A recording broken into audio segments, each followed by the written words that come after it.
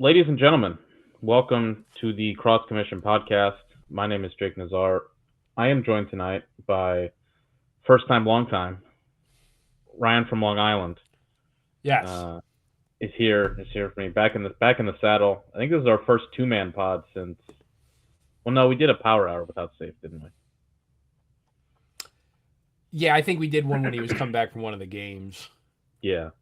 I think You I was gonna two say, had a have had a couple 2-man power hours yeah, and we here and obviously there. do the two-man every week, and I think this is the first. Otherwise, I was gonna say we did one last year before the Friday before the tournament, and we did a couple live ones. Uh, so yeah, changing things up. Safe will be back on Saturday for the power hour, another evening power hour, Hmm. because we have a very, very, very stacked slate of games this weekend. I think a couple weeks ago people were talking was like the best weekend of the year. This might be the best weekend of the year. It's a doozy. We got three, four, five, six, seven top 20 games. That's a lot.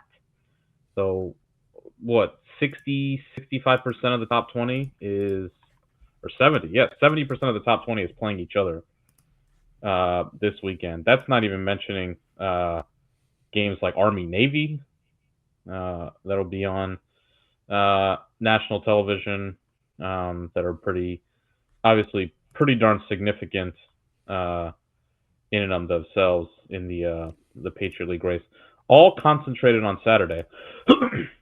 Pardon me, but reasonably well spread out. Though I just tweeted this out on the College Cross Twitter account. I don't understand why Syracuse, Virginia is at 4 o'clock on ESPNU, and Notre Dame, North Carolina starts an hour later. I mean, they own Not going to both complain networks. too. Yeah, I know. Yeah, but not going to complain too much where you could flip back and forth between games. I So mean, yeah, but like, imagine if you didn't have to. then if one game's a You know, blowout, that'd then be you're look, stuck, I guess. But yeah, I don't maybe. mind I it too mean, much. maybe. I mean, no, it's pretty. Listen, I mentioned on Saturday we got to keep their feet to the fire with this stuff. This happens every year. We get soft because basketball ends, and all of a sudden there's more TV windows for lacrosse, and they're like, oh, it's great. You know, there's what's there to complain about? It's like, no, you gotta stay on them. Be the change you wish to see in the world. Yeah, because also I think we pointed this out on last Saturday. Take a look at next Saturday's slate where um, you kind of get rid of the island slots there. You got Maryland Hopkins at 2, and then you get your usual gaggle at noon. You got Princeton Harvard at 1, Maryland Hopkins at 2. Then you got your island game on TV is Colgate Syracuse. Um, so you're right back on the nonsense a week from now. So Yeah, yeah. Like Prince, trying to think what could go. Carolina, Virginia being at the same time as Duke Notre Dame is. Come on, I don't get it. I don't go I'll about the also ACC. I point don't. The out that Big this Ten. is the yeah. I'll also point out that that the idea of Sunday lacrosse gets completely abandoned from here on out. You got VMI LIU this No Sunday, and then midweek games either. that is it for non conference tournament Sunday games. Also, no midweek games. Like this is the most. I know Yeah, midweek this games have week kind of there been is going away no for a while. midweek games. There is not a single midweek. There was not a single midweek game last week or either. Like I don't think. Princeton Lehigh on Tuesday, Okay, so yeah, Tuesday Princeton. the 31st. That was it. There was one midweek game last week. And There's this is no when midweek game. all the kids are on break one week or the other for spring break. It's it's pretty wild that there's no midweek games. Should we do it? This is a longer pod here. I'm gonna throw it out since we're talking about it. This is my suggestion to fix this once and for all. We get all the big. We get I would say the coaches. I think this is a decision the coaches can make. Maybe commit to amongst each other, and then maybe we can loop in like the conference commissioners and all that. You know, I don't know who kind of makes the programming, whose kind of decision is that. But here's my suggestion: The three big leagues get together: the Big Ten, the ACC, and the Ivy League, and they agree that each league gets a, pardon me, solo game window on either Friday, Saturday, and Sunday. And I would rotate it week by week. So like No, one. not even that, not even that. I mean, you could, but I'm just gonna say Friday nights or Friday happy hour is the ACC slot. The ACC gets 5 o'clock on Friday or 6, whenever they want to do it. 5 o'clock, 6 o'clock. They've done it before. The ACC gets 5 o'clock. The ACC gets a solo ACC network or ESPNU island window. Boom. No other games are scheduled by the Big Ten or the Ivy League during that time. If the MAC wants to schedule a game, fine. Like I'm not gonna tell but the Big Ten or the Ivy League will not schedule a game during that time. The Ivy League gets a solo game window on ESPNU at Saturday night, maybe, on ESPNU, or Saturday evening. You could do that sometime during Saturday. The Ivy League gets a solo game window. There will be no Big Ten or ACC game during that time. Sunday, the Big Ten, I would prefer it be night, but if they want to do it afternoon, fine. The Big Ten has a solo game window on Sunday. There is no other schedule during that time. How did we lose? Yeah, how did we lose Sunday Big Ten games? That was their whole brand. The coaches complain about it. This year they just gave it up. They've been giving it. It's been that way for a while now. It's been increasingly. Also, I don't know if you've seen this. I'm pretty sure that the Big Ten championship is at noon on Saturday this year. Which means that he's going up against 6 other. Yeah, like all of the conference tournament stuff will basically be done by like 2 o'clock on Saturday. Maybe the Big East will be at 2, but you'll get like the CAA at like 7 or something. But yeah, let me see. Big Ten men's lacrosse tournament. They got a. Yes, Saturday, May 2nd at noon. When is the women? Because they've done that before, where they have swapped around. Like a couple years ago, they. The Big Ten women's lacrosse tournament presented by Allstate is Sunday, April 26th at noon. Okay, so not even that. At times when the men and women tournament, like they swap. One year they like swap the men to like the afternoon and the women to the evening, but. The semifinals I think are the same time. It's 3 and 6, but the championship is Saturday. It's just like everybody else's. I don't get it. It's again, this is the Big Ten thing. Then you'll get 3 going on at the same time on Selection Sunday with the ACC, Ivy League, and Patriot League all going on at the same time. Yes. Let me see. Big East. Let's see the Big East. The 2026 Big East Champion men's lacrosse championship, presented by Jeep. That's called Knowing Your Target Market. America's most patriotic car brand. You'll be happy that the Big East Championship game is at 2 on ESPNU, okay. No less. I didn't even know the Big East had any rights on it. It's on ESPNU? It's on ESPNU. How about that? Okay. I did not even know that the Big East had rights with the ESPN.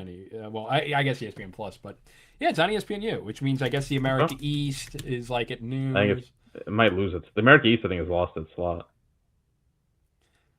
To be determined time slot. They're on ESPN Plus. Does the MAC still have its TV spot? The MAC is hilarious one. The MAC, I think, is at noon. The MAC is a nooner on ESPNU. I love how the MAC holds on to the ESPNU slot. So the CAA or somebody has to fill that Big Ten slot and just go. NEC is to be determined. A10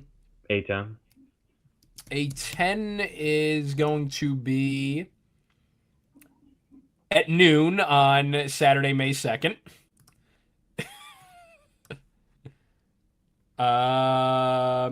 Let's see, the A-Sun. A-Sun is...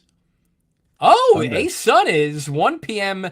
Sunday. Yeah, the 8th on Sunday because they have the midweek. Like Uh-huh. they've been Sunday. So they get to play at the same time as the Ivy League, Patriot League, and ACC. Who else is left? CAA. And the CAA is May 2nd to be determined. We'll see.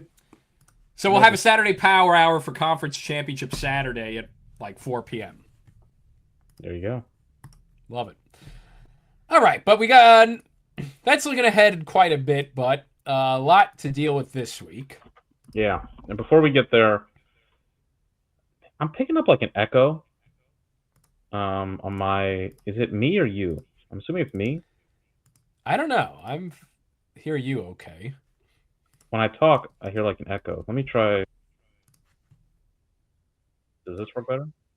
Yeah, I mean, for our listeners, I don't think it's going to be any issue. I still hear like an echo. It's more. Now you're a little faint. Okay, how about this? That's better. We'll try it out. So we've done the poll sometimes in this segment. I mean, the poll is kind of irrelevant at this point. Hey, we got number 1 versus number 2 this weekend. It is true. We're going to talk about that later, the history of number 1 versus number 2 matchups. I still hear that echo. Dang.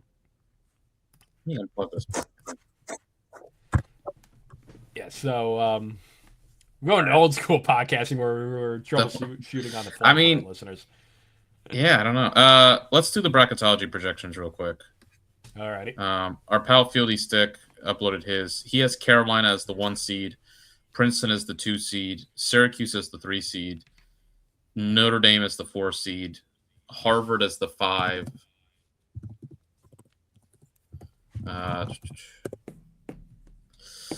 Hopkins as the 6, Richmond as the 7th, and Penn State as the 8th.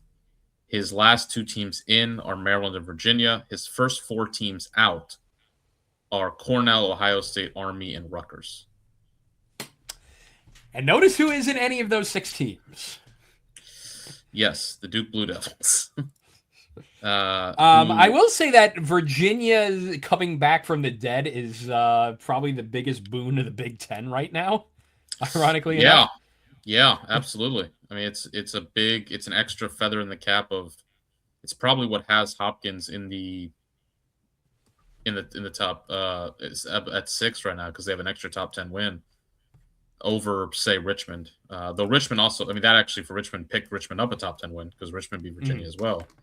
And of course, it's Maryland's big win on the board right now as well. So you're 100% right. That it's a big boon to those couple of those Big Ten teams. No Duke. It's not even really a case at the moment. Duke has no top 20 wins.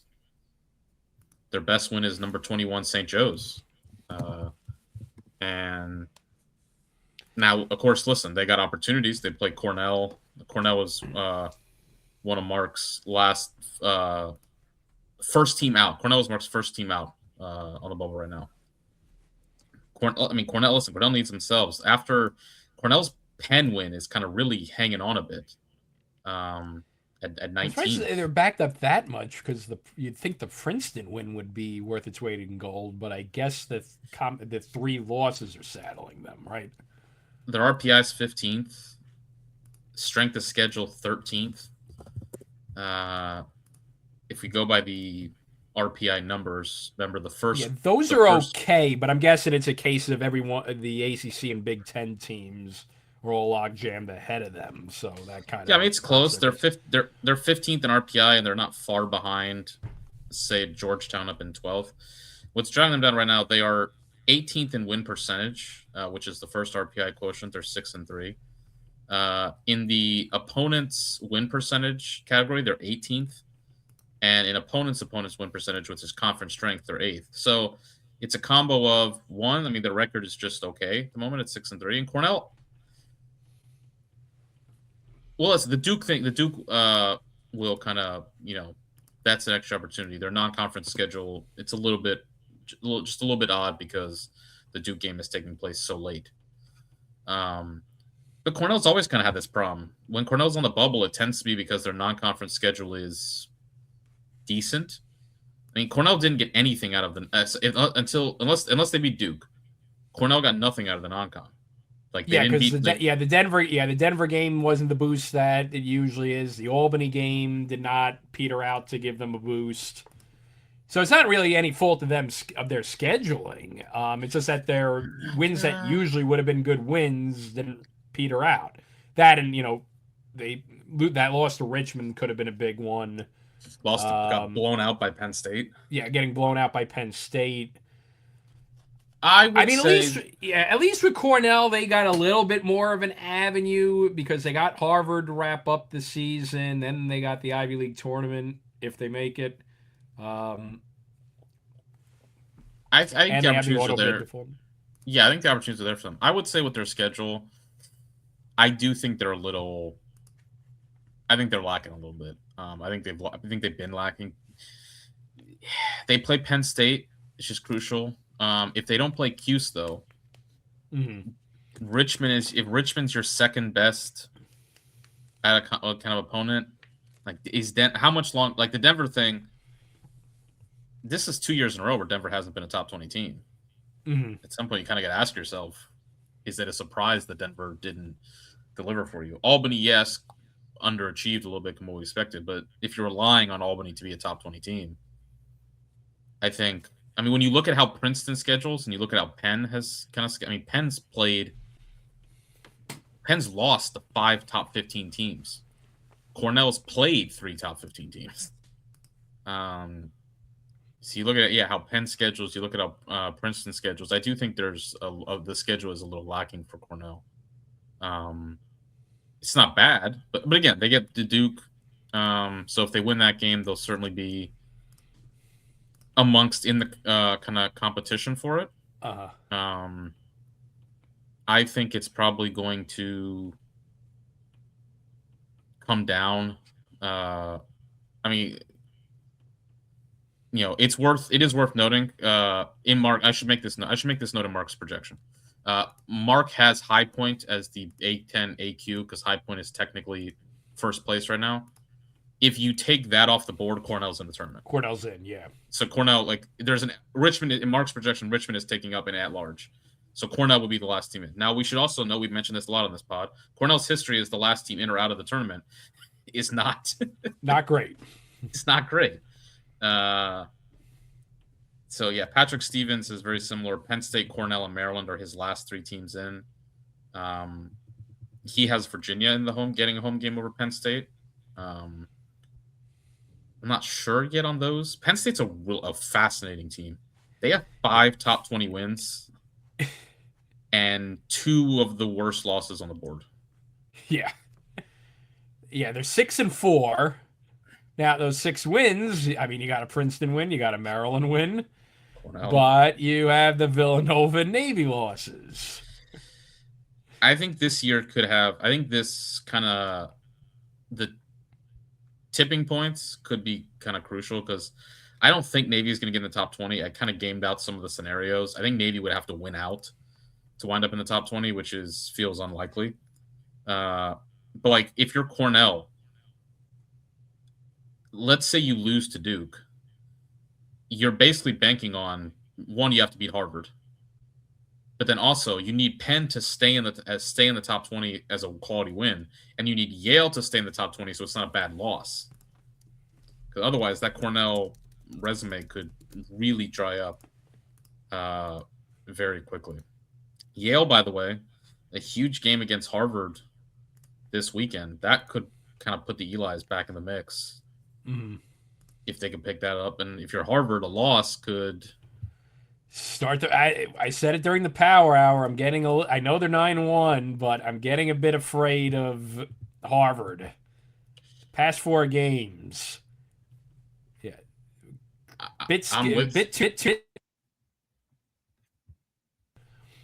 and you got Yale, Princeton, Cornell as the back end of your Ivy League schedule.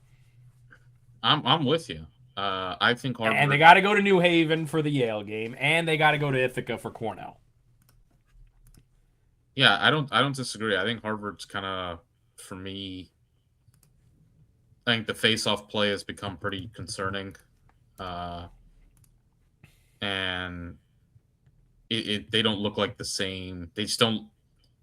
The team that beat Cuse feels like, and the kind of the team we saw early in that Penn game feels increasingly like a mirage. And they're another case. What happens if Penn gets out of the top 20? What happens if BU fall? Like Harvard is close to a scenario where it's really the Syracuse win, and that's why I think, even though Harvard's in a position of like being where they project right now, in Mark's projection, they're 5th. Patrick Stevens has them 6th. That thing could kind of if they have to win at least one of those.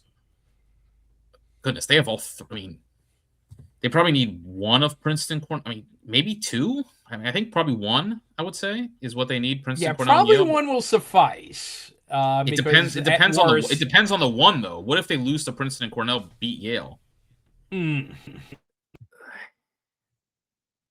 on the safe side. Get 1 of Cornell or Princeton. Yeah. I mean, look, it's a scenario for them where they're in a weird spot. They're 3-0 in Ivy play, but they have the 3 toughest games. They're 4-0 in Ivy play, aren't they? Actually, no, they're 3-0. They beat Penn, Brown, and Dartmouth. Remember, Columbia doesn't play. Yeah, they're 3-0. So, I mean, they could fall. I'm not saying they're going to lose all 3, but if they did, they could be in real danger. The Ivy League tournament is going to be, I mean, the jockeying for those spots, it's always interesting, but aside from Princeton, I don't feel really confident in anyone's positioning. I like Cornell is right now or did Cornell beat Dartmouth already? Cornell has no, they have not played Dartmouth yet. Okay, so let's assume they'll beat Dartmouth. That would give them 4 Ivy League wins. It's in Hanover though, and that always is a screwy game. Cornell, Dartmouth, and New Hampshire. It was a close game either last year or a couple years ago too. Cornell Dartmouth was a close 2 game. years ago it was Cornell, I think, won by 1. Yeah.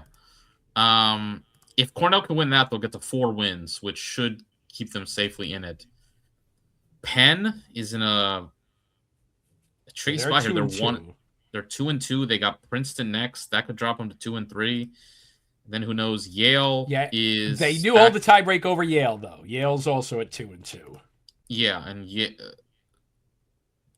that's the thing is it felt like it was going to be a tiebreaker, but when Penn beat Yale, I felt like that was going to be the tiebreaker, and that. But then Yale beat Cornell. Exactly, and then Yale beat Cornell, and Harvard's kind of fallen back, and it's like, I don't know what happens if Yale beats Harvard, and all of a sudden we have a different kind of conversation here with Harvard having to play Cornell and Princeton to finish up. It's gonna be fascinating to see how that plays out. Princeton, meanwhile, I feel like has become. This has kind of happened last year a bit too. They've become like the completely forgotten team in the country. I was shocked that I contemplated ranking Princeton number 1 because they beat North Carolina. Why? And they beat Syracuse. It doesn't help it doesn't help having a week where you played Lehigh and Vermont. No, I get it. It just feels like them falling even behind Notre Dame. I don't know. I guess here's the thing with Princeton: their 2 losses they look a little. The Penn State. Granted, you could say, "Hey, it's 1 quarter," and it's not that Penn State's a bad team, but the Cornell game also they just weren't. Like we talked about, they were clearly the 2nd best team in that game. And then I don't know. Princeton's a weird case because they're definitely the most well-rounded team in the nation, but like. They have spurts in these games where they kind of let the foot off the gas a bit, and it gets a bit close. Like even that Brown win, even though they won 20-14, and the game was pretty much wrapped up by halftime, they kind of let the door open a little bit for Brown to make a comeback bid in it. Then of course the Yale game where they got cold in the second half and.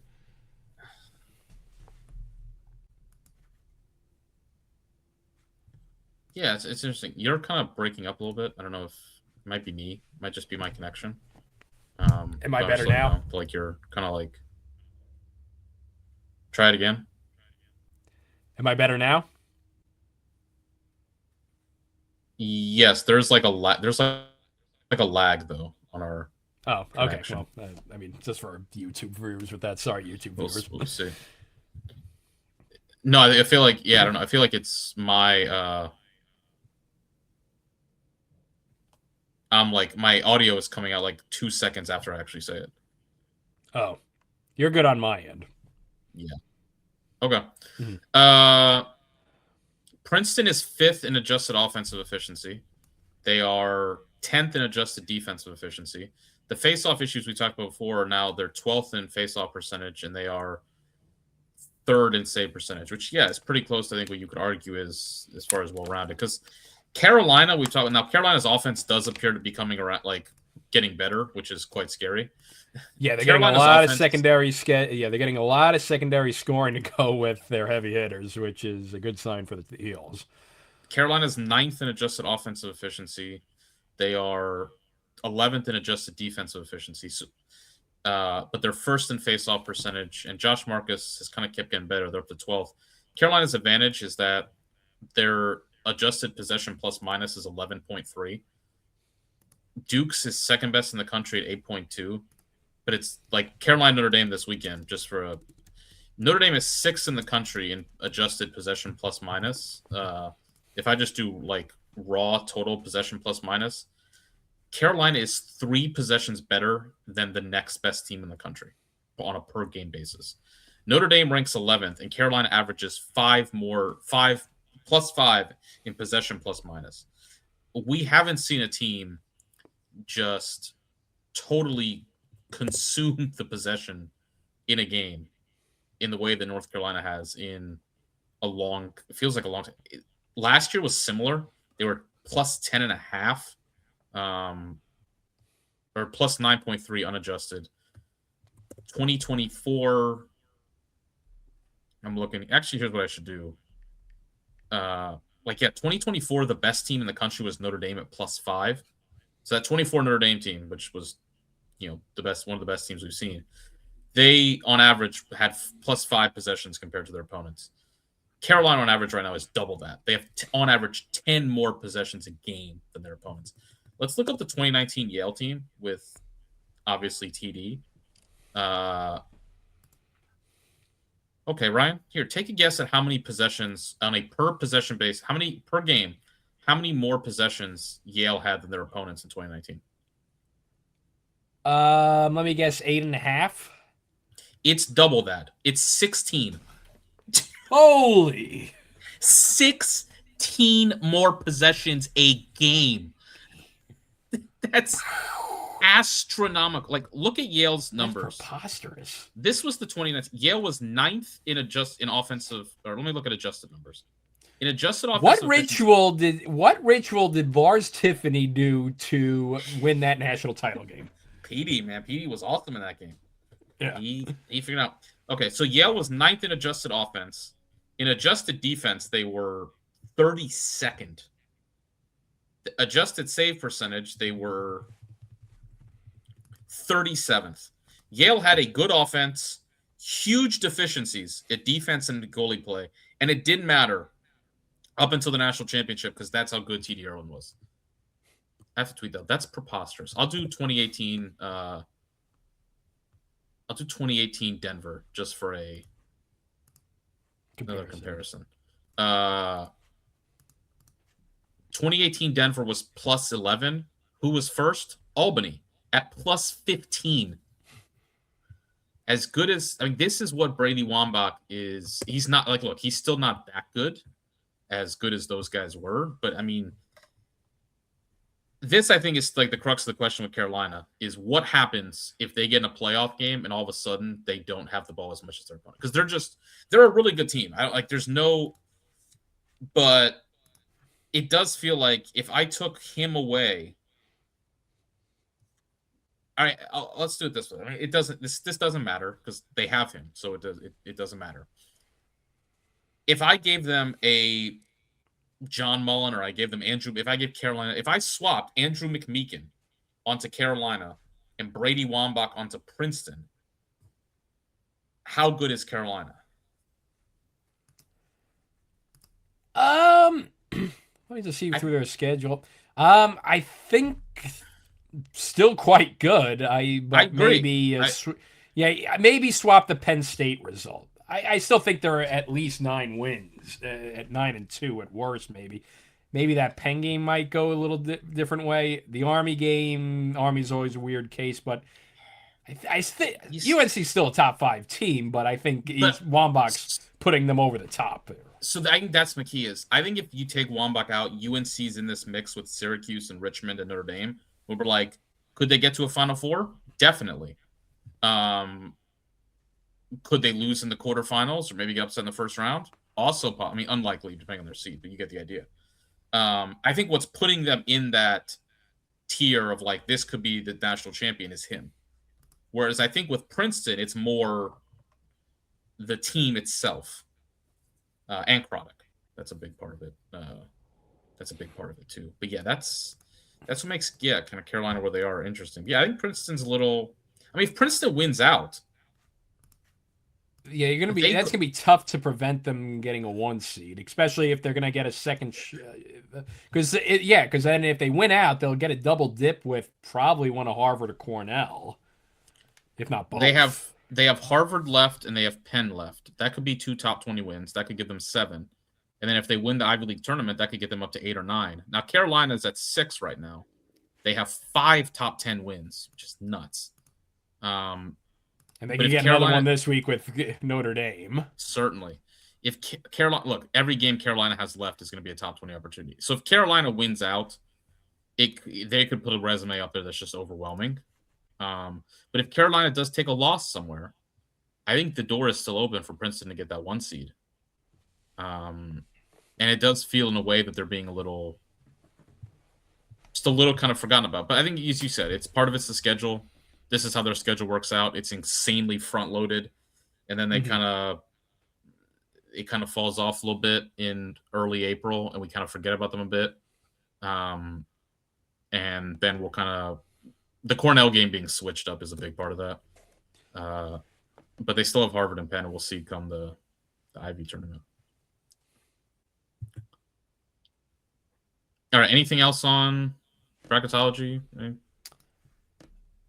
I think that you mentioned Army was one of the last 4 out. Yeah. That could get a little bit intriguing depending on how Navy and Loyola finish up. If Army's able to string together a streak here at the end of the regular season, that might get a little bit interesting to see if Navy and Loyola can do enough to kind of lift their boat up. I would say probably not, but could be something to keep an eye on. The problem they're going to have is that to be an at-large team, they are inherently going to have to take another loss. And who is that loss to? What if they lose to Navy? That could be a bad loss. Like Loyola right now is at 23rd. I think Loyola is going to get in the top 20. I'm not sure if Navy is. And so, but also like, listen, we've been talking about the Patriot League. It's just so volatile week to week. If Army didn't lose that Lafayette game, I'd say maybe. But that Lafayette game is just going to kill them. It's the worst loss on the board. It's substantially prohibitive.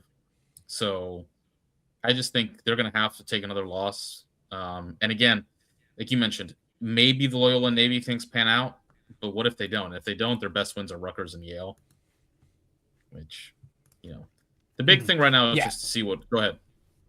Yeah, as I said, I don't think it's just something to keep an eye on. More likely than not, they're going to need the auto bid, but something to kind of keep an eye on. I think they're definitely going to have to. And then I guess the other thing is the Virginia Cavaliers back from the dead. Yep. If they get out of the dome with a win, this is going to sound. This would have been completely absurd 3 weeks ago, but does that kind of lock Virginia in if they start off ACC play 3-0? For sure. If they win next, Virginia needs 1 win. If Virginia wins, they're 100% locked. Yes, 100%. Who would have sseen that coming? Lars did. He knew. How did he knew. know? They're 100%. They're 100% locked in. If they win that, I mean, at that point, it becomes how high can they go? Like seriously, like if Virginia could keep this going, like they might be the hottest team in the nation heading into the tournament. It might be an actual title threat. Who the hell would have seen that coming? Safe mentioned it. I talked about on the show. If they get a home game, they play in Charlottesville for the first round. They have to go somewhere in the quarterfinal, and then they can be back home in the Final Four. It's on the table. Like they still have work to do to shore up a. They need like one more win. I would say maybe one ACC win. Yeah, I think one will do it. I think one ACC win is going to do it. And they're going to get 3 more opportunities. They're going to play Carolina. They're going to play Houston. They'll be in the ACC tournament. So they're going to have 3 more bites at the apple to get this thing over the hump. I think that's kind of the main questions right now are sort of how does Virginia finish out? What happens with Maryland, who kind of, I think as Mark put it, they hit an RPI straight flush basically. Yeah. They're up to 11. Maryland's the interesting case because they're sneaking out of these games with wins, but because they're winning, that is worth its weight in gold. It's they don't ask how, they ask how much, and they're fitting the bill with that. So that's kind of the interesting thing with the Terps. The thing that was holding them back was their record, and now their record is over 500, and they have Rutgers at home next week, and then they have Hopkins. If they can win those 2, they'll be probably finish second in the Big Ten because Penn State has Rutgers and Michigan left, which you figure they'll take care of. Never know, but you figure they would, which would. But yeah, if Maryland gets to 7 wins, they're definitely on the bubble. If they get to 8, I think they're in the tournament. But again, that's the case that going back to the start of the show, their best win's Virginia, and again, you say 2 weeks ago, well, that's not going to move the needle at all. Now, that's skyrocketed up to a top 10 win. 100%. Same with Hopkins. Yeah, same with Hopkins. I mean, before the Penn State win, their best win was Virginia. Which was outside. Their best win was Virginia outside the top 10. Now Virginia's in. They picked up Penn State. And now Hopkins they got 2 top 10 wins. Yeah, Hopkins has transformed into a team that could be seeded 5th. Man, some of these, I tell you, some of these potential first-round games are fascinating. In March bracket, we have the double postponement redo, Richmond, Maryland, and Hopkins, Georgetown. Giving the people what they want. Stevens has Hopkins, Penn State, Virginia. Lars almost took the Penn State job once upon a time. Oh my, that'd be a great environment wherever at Panzer or at especially Klockner. Stevens has Hopkins versus Cornell, which would be at home would be a fascinating. Oh my god! Yeah, I mean the Millman Ball. Millman Ball. Hopkins and Cornell, by the way, 2 teams who haven't really played each other. I can't recall the last time Hopkins and Cornell played each other. Hopkins keeps on taking Cornell coaches, but they never play each other. Yeah. Stevens also has a fascinating Harvard versus Towson first round game, which does feel like so does Mark. Yes, like I don't know about like Towson as an upset type team. I mean, they'd be Virginia.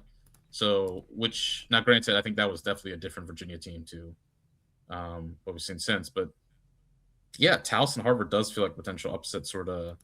The top 3. I mean, Syracuse Loyola is a little. It's at least it's a brand name type of Yeah, that. Q should win that one, but I could see that being like only a 3 or 4 goal game. Loyola's offense is. Really, I mean, they're 14th off efficiency. And the problem for Loyola is, which this is where it's kind of a similar story for all of these kind of mid-range type teams. Loyola's defense is not very good at all.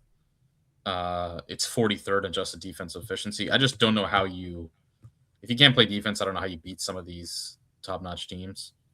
But yeah, the quarterfinals. We always love the quarterfinals. It does feel like the quarterfinals this year could set up to be particularly mouthwatering. I mean, you could have a North Carolina Like right now, it'd be Carolina versus Virginia or Penn State. Rematches both, but either one of those I think would be really good games. Princeton versus Richmond or Princeton versus Maryland. I mean, if you talk about who do you now want to see, you said maybe no one wants to see Virginia. Does Princeton want to see Maryland in a quarterfinal? Yeah, you probably don't want to have to slay the dragon twice before the Final Four.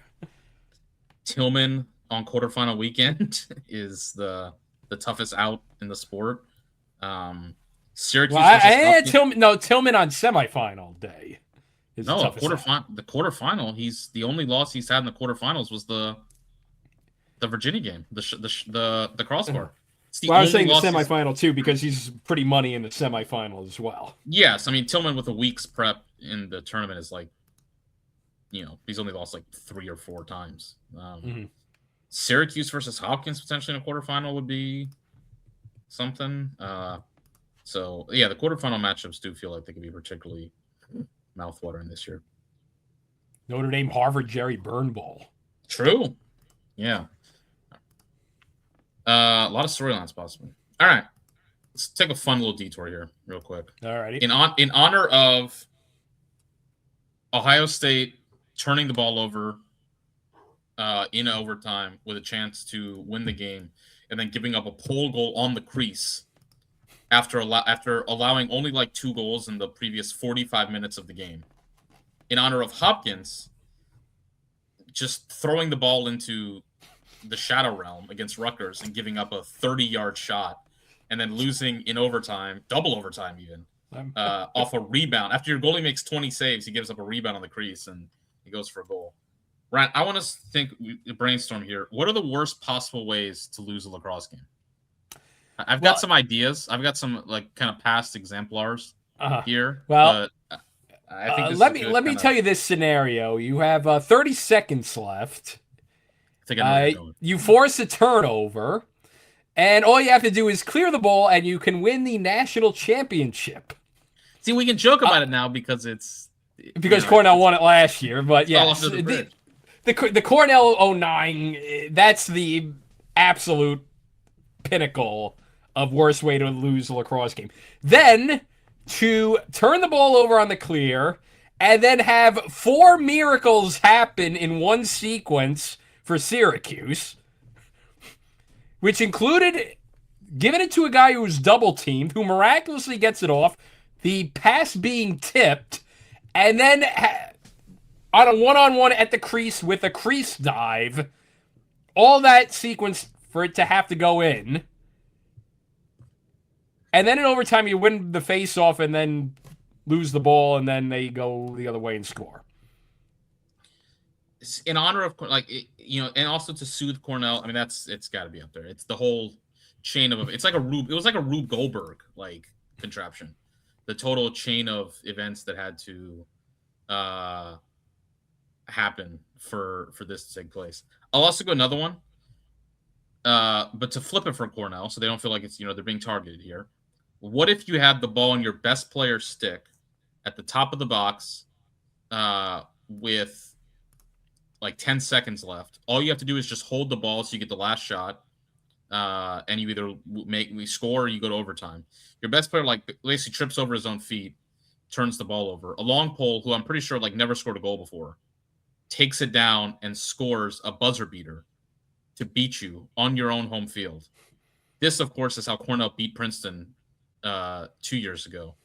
A ending that was so crazy and that sparked such a visceral shock reaction amongst the Princeton fans that Safe proclaimed it the most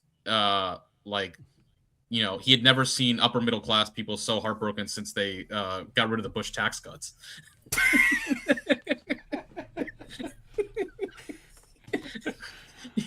So that's another one. I think that's got to be on there.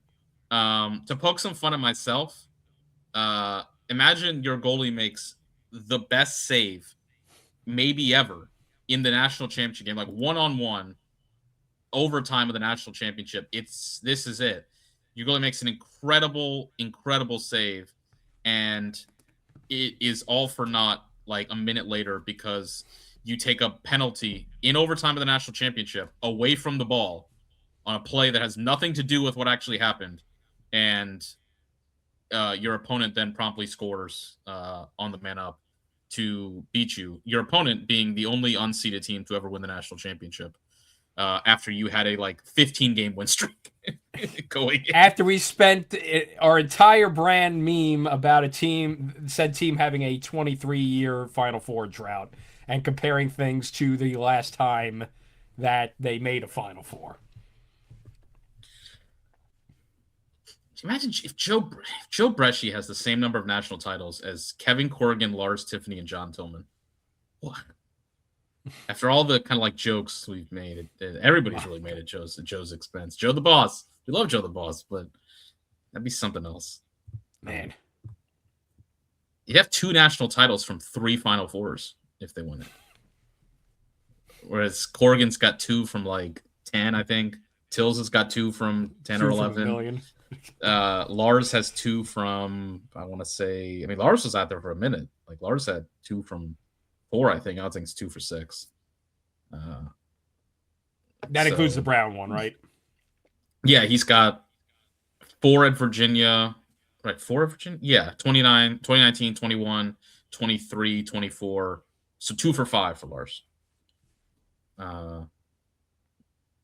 Bresci would have 1 fewer than Dino, which feels crazy considering what that does feel really crazy.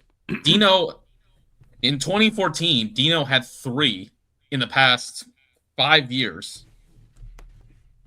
Carolina had not. Bresci had been in Carolina for 6 years by that point. Had a lot of good teams, but hadn't yet made a Final Four. And to think, if UNC wins, Bresci could have 2, Dino's 3. Is pretty wild. Bresci would have as many national championships since the millennium as Bill Tierney. Wow. As many as Dave Petramala, his assistant? As many as Dave Petramala. Petramala's head coach, of course, if he'd get one as an assistant with him. But yeah, Tierney. I still think Tierney winning national titles at Princeton and Denver is up there as the most. That's pretty.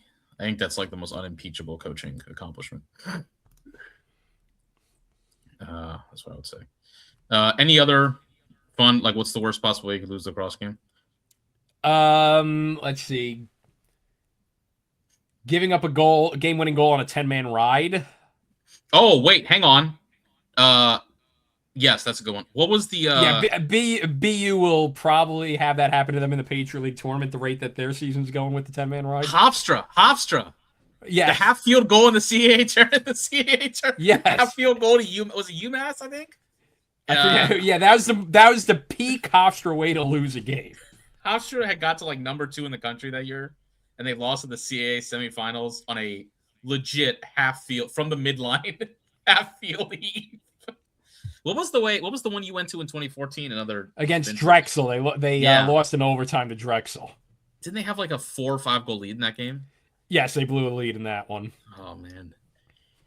Yeah. I would think haven't seen it, but imagine a goalie goal in overtime to lose. That'd be brutal. A goalie goal in general. That'd be tough. Losing it right off the faceoff feels pretty the CJ Costa. Yeah, Notre Dame 2010. Just shotgun blast to the chest. Okay. That's up there.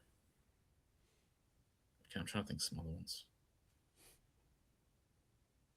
On a man down situation where the other team fakes that they're going to kill the clock, but then they charge to the net and get a goal anyway. Good one. Whatever the way that Cornell-Syracuse game turned out a couple years ago, there was just 6 consecutive insane ways that game played out, but Cornell won. I forget exactly. Didn't Cornell score 2 goals in the last 10 seconds in regulation? Which one are we talking about? The NCAA first rounder or no? The one where Pat Marsh ejection after they went up 8-1, and then Cornell managed to win that. That was insane.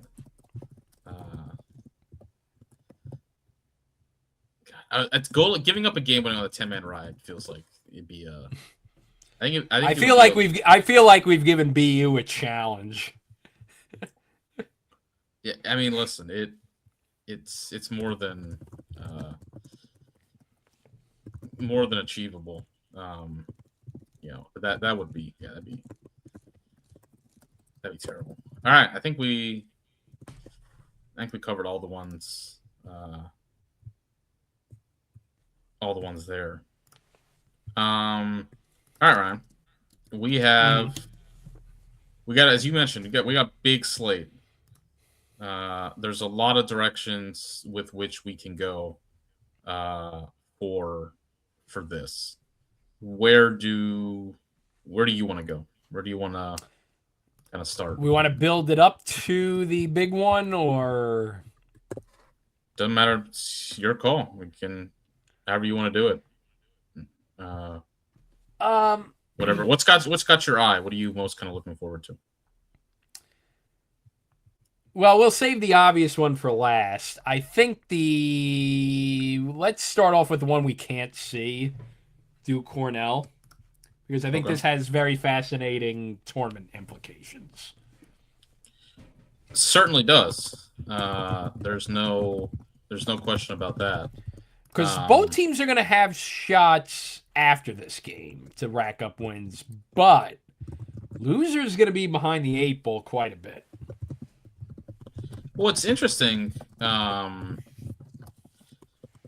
think you could sort of argue that from just a strict, like, maximizing your kind of maximizing RPI, or like maximizing Duke's path to the tournament. I think you could argue that this game actually is the least important in a weird way. I know it's their last like big non-con opportunity, but if you're Duke, they're going to need wins plural to have a shot at getting the tournament. Like, it's not going to be just one. They're going to need wins plural. So if you're Duke and you need wins plural, don't you probably want it to be the 2 ACC ones? Because that would, like, Duke has lost the tiebreaker to Syracuse for the ACC tournament. They lost the tiebreaker to Virginia, who also has 2 wins now. Let's say maybe Duke can beat Notre Dame. Or maybe Duke can beat Carolina. We talked about that's a weird rivalry game. But Carolina's going to have more than one win. There's an avenue where Duke wins the Cornell game and wins a ACC game, but doesn't make the ACC tournament. And that might be, like, they could be done. I think in that case, they'd be in the mix for sure if they win those 2 games. But there is certainly an avenue where they could, win one ACC game out of the 3 and not make the ACC tournament and be kaput. So now I don't think that's how they're approaching this game by any stretch of the imagination. But it's interesting because it still feels like, look, it's April 8th. It's still kind of a bit of, will the real Duke please stand up? Because I don't think you can really take anything from their first 7 games of the year. I think you could maybe take some things from the Denver game, things obviously from the Cuse and Virginia games. If you take things from the Denver game onwards, in 2 of the last 3 games, their offense has not been good. They scored 8 goals against Denver. They were at 24% offensive efficiency, 24% against Virginia. I know Quint was talking about this a lot on the broadcast on Saturday. It doesn't feel like they really have a behind-the-net presence. It comes off as an offense to me with a lot of good players. I don't really know who Duke goes to in a big spot and be like, that's our guy. And I know, listen, I'm the guy, first and foremost, is always like, do they have an alpha? Like, that conversation is reductive, I think. But I do think it's fair to kind of, like, point out who is Duke's, it's a weird mix on offense because Ben Johnston is the guy who has the ball on his stick by far the most. He takes the most shots at 18%. Michael Ortlieb is like, in terms of assist share on that team, the 2 main assist guys are Michael Ortlieb and Thomas Menke, but neither of those guys are really threats to score. They're 5th and 7th on the team in terms of their shot opportunities. So the offense at times runs through Ortlieb a bit behind the net as far as being a feeder, and Menke a bit up top as being a feeder. But in terms of when they're shooting it, or in terms of their dodging, it really comes up top with with Ben Johnston and Max Sloat. I think those are their two best players. So I think in some ways it makes them a little easier to defend. Ideally, you feel like you could combine the two. You could have the behind the net with the passing, the dodging up top, and you can make it work. I don't know quite if they have. The offense played great against Cuse. I don't know about you.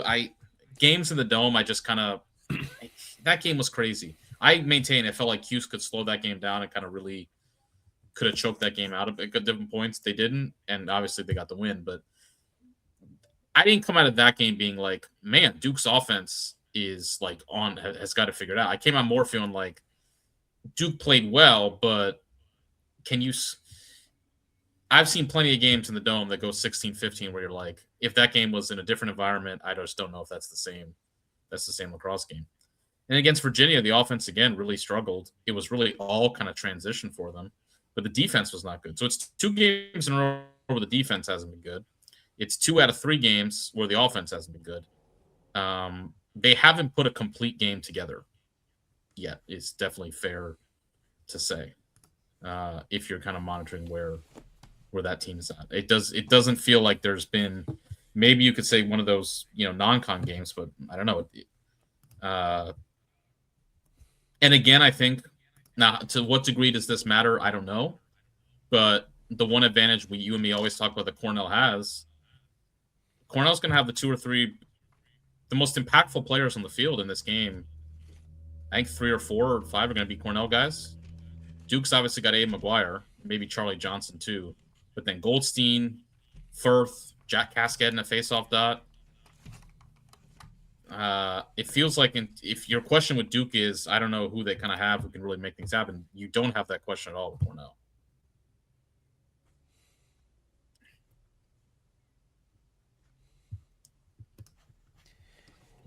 So yeah. Also, we talked about Duke, the goalie issue. Yeah.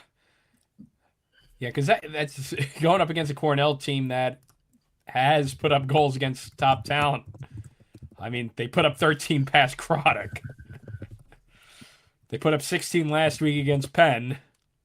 Yeah, got Rowan Nuri back too, which is a big pickup. Yeah, I mean, Cornell's another.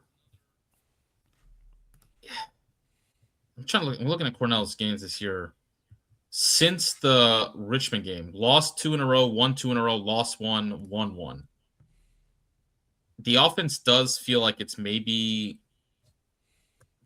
I don't know. You tell me.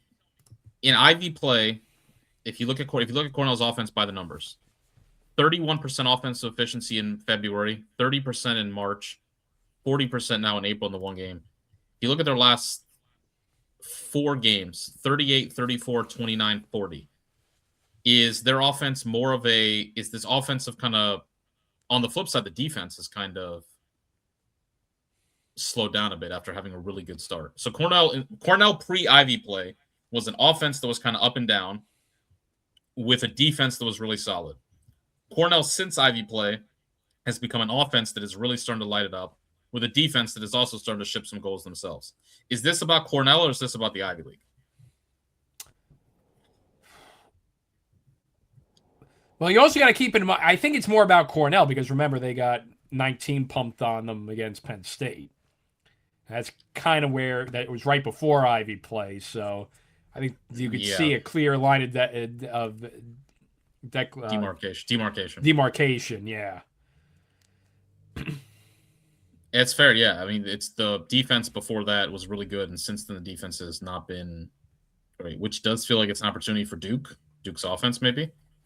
To make some things happen. Possessions are going to be kind of instrumental in this game. Both of these teams are big, kind of in terms of feeding their offenses on both sides. I don't know. I think I maybe lean Cornell. Just there's a bit more knowns on Cornell's team. I know, like Tully, because maybe I'm not like I know you have some big games. I know Cascadden's a proven guy at the faceoff dot. I know that Cornell has the hitters on offense. Maybe not the depth that they did last year, but they still have some of those elite pieces. Duke, I feel like I just maybe don't know as much, but it is worth pointing out that Cornell, outside of Ivy League play, the Richmond game was competitive, but they did get and give it away a little bit, and they got destroyed by Penn State. Like that's kind of worth noting. We talk about Cornell, we're like what they've done. All their best stuff has been done in Ivy League play. So tough to kind of get an idea there.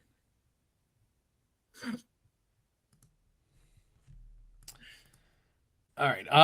Why don't we do we'll do 2 packs. Okay.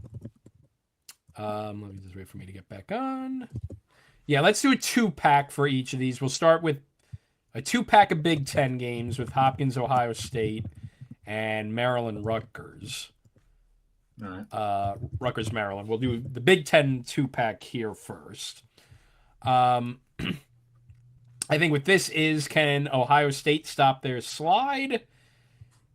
And what type of pesky what Rutgers team is going to show up? The pesky one against Ohio State and Hopkins, or the one that let things slide against Michigan? Because I think both are going to be kind of intriguing. But yeah, I think if we're talking Big Ten play this week, I think the thing is, the biggest question is, can Ohio State rebound from that heartbreaker against Maryland? Because it looked like they had something going the second half. But as it stands now, they're at home. But if they lose to Hopkins, they are at 1-4, and certainly 1-3 rather, and certainly Big Ten quarterfinal bound. And that might put them in a bit of a perilous situation when it comes to the bubble as well. So this is kind of a huge deal for Ohio State. Maryland Rutgers, I think it's more of what, for Maryland Rutgers, I think it's, for Rutgers Maryland rather, it's at Maryland, is more of a matter of which Rutgers is going to show up. Yeah, Rutgers, I mean, you got Carden Stoller in net, and you have he's a sort of proven kind of commodity in goalie. You feel like he's a Maryland kid too, so certainly he'll be kind of primed playing in College Park. He's played against a lot of those Maryland guys. I mean, it's for what I mean. I think the thing with what Rutgers shows up to me just feels like, to what degree can I think the way I guess I would frame that is, does Rutgers' defense that they played last week, can they make a comeback in that regard? Because if you just look at the offense, I mean, they scored 10, they scored 9, they scored 5. Adjusted offensive efficiency never topped 26% in either of those 3 games. The offense has kind of been like, the offense got off to a great start last week against Michigan, but it didn't get off to a good finish. I mean, it didn't finish like it. They scored 4 or 5 goals in the first quarter, and they scored 5 goals the rest of the game. So it's not. I think this offense for Rutgers is just, it's so heavily dependent on Colin Cardilla. It doesn't feel like anybody. Dixon's mentioned a lot of the broadcast. Doesn't feel like they play a lot of team offense. There's not a lot of ball movement. They don't seem to set up a lot of picks to really happen. They're completely lacking off-ball movement. Michigan, on the other hand, like completely just tore them. Like that's the thing. If I'm Rutgers to worry about is Michigan tore you apart with off-ball movement in that game. Michigan got so many quality looks on the crease. It's like if you let Maryland get off-ball opportunities, you're done. Because with Maryland, you know that they're going to want to pass, and you know they're going to want to set up quality shots in the crease in the middle. If you're going to give them those opportunities, you're never going to give yourself a chance to stop Maryland's offense. You want to stop Maryland's offense by making them dodge. If Rutgers' defense, plays the way it did last week, it's over. Because Maryland's defense, it's hard to say. I mean, like in Big Ten play, they've played a lot better. They held Penn State to that long scoreless drought. They held Michigan to 7 or 8. They held Ohio State to 7. Now, granted, it's Big Ten play. These are kind of on the Cornell point. Like these are kind of how these games go. But hey, like it's still considering you losing Will Schaller. I think the way that defense has kind of come together has been pretty impressive. So do you think Rutgers is going to get to double digits in this game? Probably not. I mean, they beat Same Maryland token, last. I don't know if same token, I don't know if Maryland does the way that Big Ten lacrosse has been going this year. But. Yeah, so I think that's the thing is it's what if Rutgers brings the defense they brought last week, this game's going to be Maryland's going to put up 12 or 13 and maybe more, and they'll win pretty handily. I know Rutgers never seems. Has Rutgers beaten Maryland in College Park? We need a Winspedia for college. We do. Wasn't Rutgers win over Maryland the first one ever last year? And it was in Piscataway. Like Rutgers against Maryland Piscataway is a competitive. Like Rutgers always gets up for that game. In College Park, they have not ever seemed to really play their best. So, yeah, I think in both cases, if it's for Hopkins and Maryland, to me, it feels like you got to just play your game, and you got to figure out like what is your plan of attack on offense and execute it. Because Rutgers and Ohio State there's just such a ceiling on those two teams. And there's really only one way those two teams are going to win. Now, it's not to say Maryland and Hopkins offenses are like blowing you away, but you could see Maryland winning a game with 12 or 13 goals. You could see Maryland win. Like Maryland against Virginia was a kind of back and forth sort of game. Maryland won that. Hopkins offense we've seen has kind of been able to explode. Rutgers and Ohio State are not winning. The Rutgers and Ohio State especially. Ohio State is only going to win this game if it goes one way. And they almost kind of slog. Yeah, like they did it last week against Maryland, where they kind of drew back into it. Is it more? Is it more like grotesquely awful, or almost sort of weirdly impressive how Ohio State makes these games? Just like it's like they bend the game to like their. Every Ohio State game turns out like this. I don't know if on the one hand the offense is like, how is your offense this bad? I don't get it. On the other hand, how do you always find a way to just get this game to like that Maryland game? The first 20 minutes, 25 minutes of that Maryland game were really fun. It was back and forth. Maryland's offense was hitting shots. Then Fiac just started making saves. Ohio State's offense scores like the last 3 goals of the second quarter. And then it's like they decide like, all right, we're done.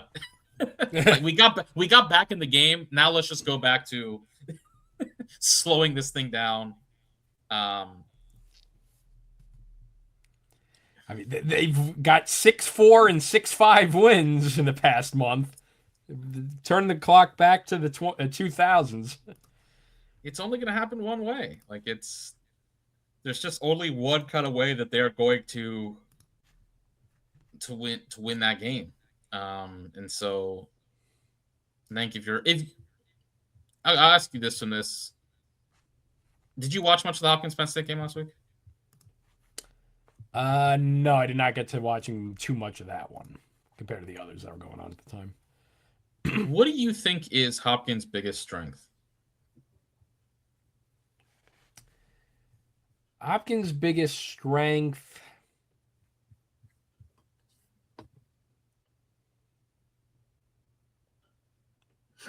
Probably say the offensive side of the ball. Maybe I feel like it's more. Okay, I'll put it this way. Do you think they have a significant weakness? Like, is there anything really holding them back? I did see the overtime, but I didn't see, not the overtime, the end of the game, but I didn't see the beginning of it. I think, yeah, like they're not the best at any position, but there's no glaring weakness with them. It's not like a Princeton well-roundedness, but it's a solid well-roundedness where there's not. I mean, once they've figured out the goaltending Mm-hmm. as the seasons progressed. That might have been the one weakness, but now that that's solidified, it's not too much of a weakness. It's not like they do any one area great, but they don't do one area bad either. Yeah, I think that Hopkins is going to be in a, no matter what the type of game is, Hopkins has a chance to be in it because I think their team is pretty versatile and it's just they're consistent in a lot of ways. If you were to point to one thing, I guess you could say face-off play. Now, what I'll say is that their face-off play struggled in the middle of the year when their main guy Hobart got hurt. Since then, it's kind of come back around. But yeah, you mentioned Jelinus. I think that's the strength right now is Jelinus in goal. I mean, he struggled in that first half against Penn State, but he figured it out in the second half. It's like if the game's going to be high scoring, Hopkins can kind of like the Virginia game. Hopkins can get on runs with their offense. It's not, as you mentioned, it's not a blowaway offense, but they can get on runs with it, and they're 13th in the country in adjusted offensive efficiency. On the flip side, the defense has gone a lot better. They're 14th in defense. They've been able to win games. They should have won that Rutgers game with their defense. They threw it. Right now, that feels like their biggest weakness. I don't know what they're doing at the end of these games. But I think that to me is the one with Hopkins. It's like you just need to play your game and bring both sides of the ball to the party the way you do, and you'll be fine. A regulation Hopkins level should be able to win against Ohio State because it's like just play play good offense, play good defense, and Ohio State's only kind of got one way to beat you. Mm-hmm. Yeah, and if you get to 9, chances are you're going to win. Yeah, like that's. I mean, forget chances. I mean, Ohio State hasn't. Now, granted, they didn't clear that hurdle against Rutgers in that loss. They only got to 8, but had that game in the bag. Yeah, against 9 against UNC and their other 2 losses. But yeah, I feel like if you get to 9, you should clear Ohio State. Ohio State, Jesus. The offense is just it's glaring how I mean, we do it every week, so it does feel like kind of belaboring the point, but you just can't. An offense like that, you just can't. Where are you going to go with it? 45th in offensive efficiency. Shooting percentage.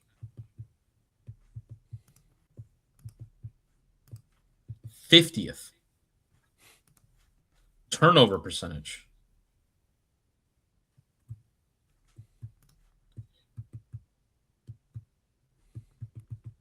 She's 63rd. The only teams worse than Ohio State at turning the ball over are St. John's, Vermont, High Point, Bellarmine, Binghamton, Hobart, Mercyhurst, Wagner, Detroit, St. Bonaventure, Lemoyne, Iona, Canisius, and Manhattan. Man, a lot of turnovers in the MAC. It's bad for Ohio State. It's just bad. I think these 2 games. I mean, it's really if it's your Hopkins and Maryland, you got to take care of business. You gotta do your thing. Ohio State's at home. I don't know either. It doesn't feel like Ohio State plays their best at home the way they should. I don't know what it is, but if you look at their record since they opened that stadium, it's not great. And I mean, they play a lot of games during the year, but look, they got blown out there last year against Notre Dame, and they got blown out by Maryland too. They got blown out by Penn State in that one. Lost to Notre Dame at home. That was a close game, but they don't play their best lacrosse at that stadium. It's a long scooter ride up to the complex from the main campus. I can tell you that much. Before we do the Ivy League 2-pack, I guess quick Navy Army check-in. Big rivalry game there in West Point this weekend. This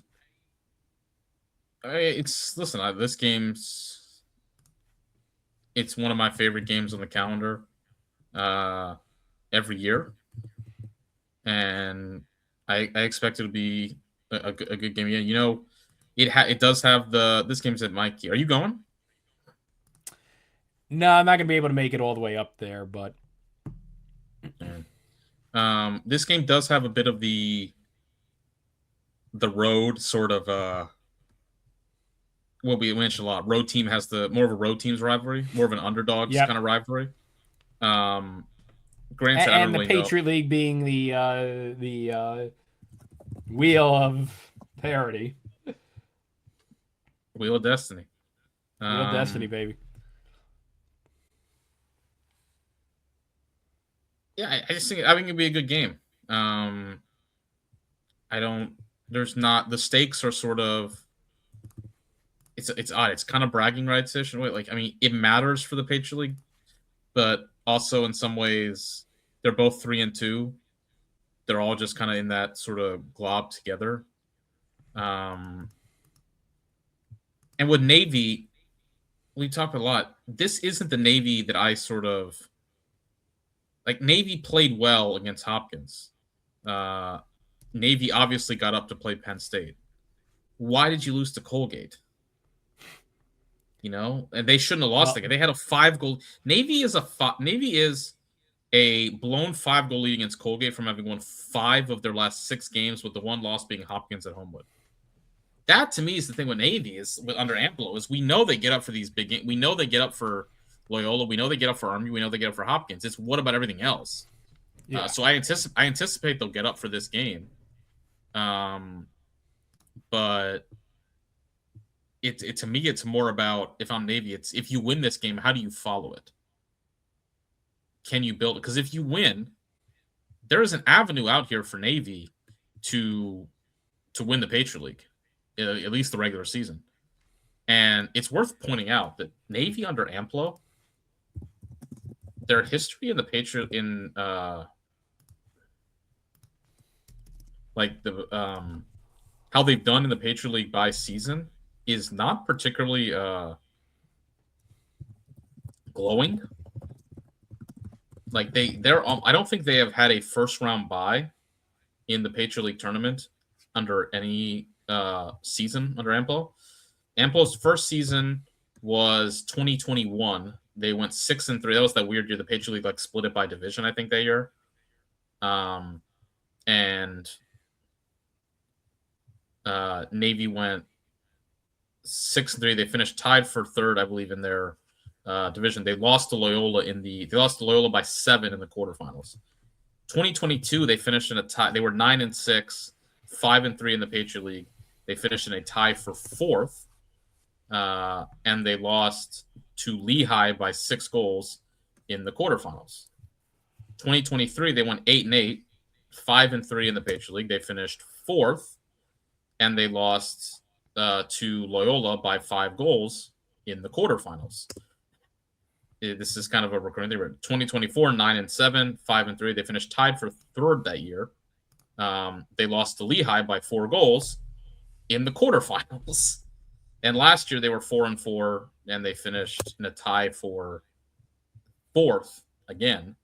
And they lost to Lafayette by 4 goals in the quarterfinals, once more with feeling. Their third or fourth place team in the Patriot League every year under Amplo, they're finished literally as third or fourth for 5 straight years, and they've lost in the quarterfinals every time. They haven't gotten to the semifinals of the Patriot League tournament. There is an opportunity here if you win this game. You have Lehigh next week.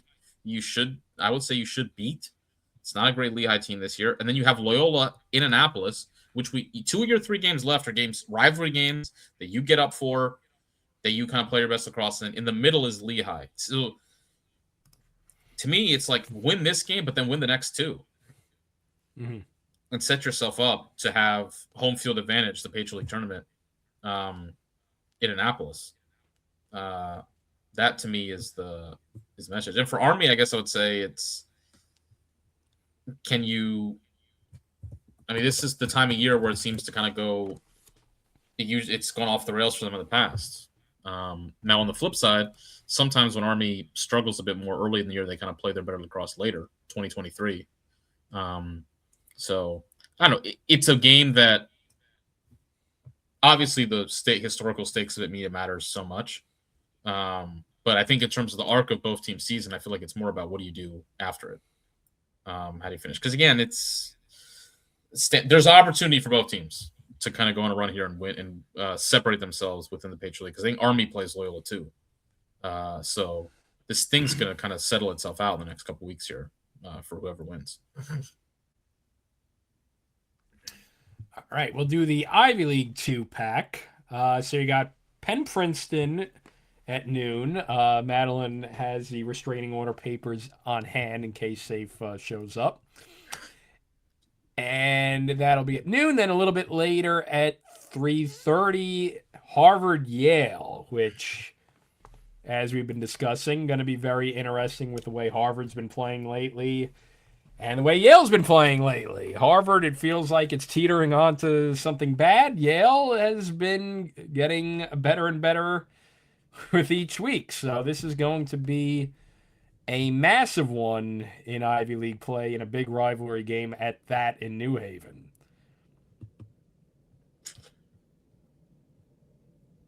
I think this is a big game for Harvard to kind of decide the sort of balance of your season, because it's an interesting Yale team. This is a Yale team that feels trending wise. The last 2 weeks, the performances are super encouraging. I mean, if you look at, like, in terms of just Yale's trend, offensive efficiency in February, 31%, March, 36%, first game in April, 37.5%. Defensive efficiency, February, 29%, March, 28%, one game in April, 16.5%. Face-off win percentage, 50, 51, 56. Everything for Yale is trending in a positive direction over the arc. Everything, the metrics for Yale are all trending positively. This is a team that's getting better and better week after week. This is in New Haven. It's the rivalry game. And Yale knows that there's an opportunity to kind of shift their season when they win this. If you're Harvard, on the other hand, everything is kind of trending in the wrong direction. And the face-off thing is, I don't know what to say at this point. It's become a serious issue. But the defense, which even in games where the face-off play wasn't great, the defense had been playing very well, isn't doing that anymore either. Now, granted, it's hard to play defense when you're losing that many face-offs, 100%. The defense have been holding up its end of the deal. It's struggling to do that now. And if you're Harvard, there was the Harvard I saw in the first half against Penn where I like, wow, this is a national championship type team. There's a team I've seen since where it's like, this looks like last year's team. What's it going to be? You win this one, you're safe. Like you're in a good spot. I think to your point, yeah, the vibes for one feel off, but the performances match it. Like it's not just a gut feeling. I mean, the numbers still, like, this is not the same team it was a couple weeks ago.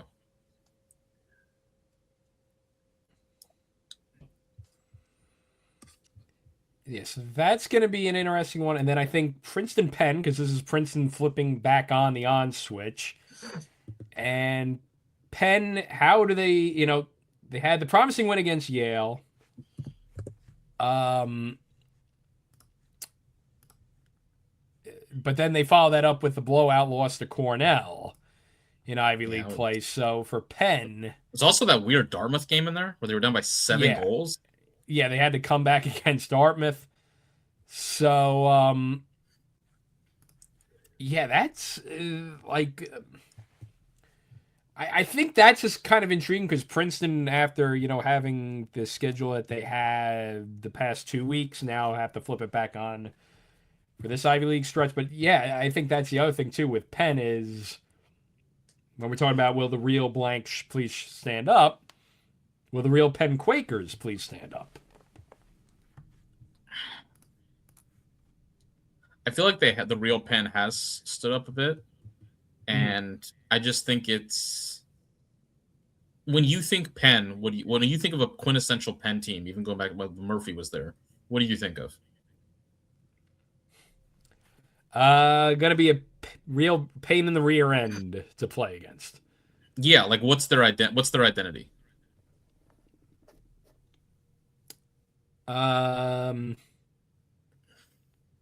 Say kind of a blue collar identity in the Ivy League. Yeah, like they're the Zag in the Ivy League. They're the kind of more defensive in the team. Ivy League, right? Yeah.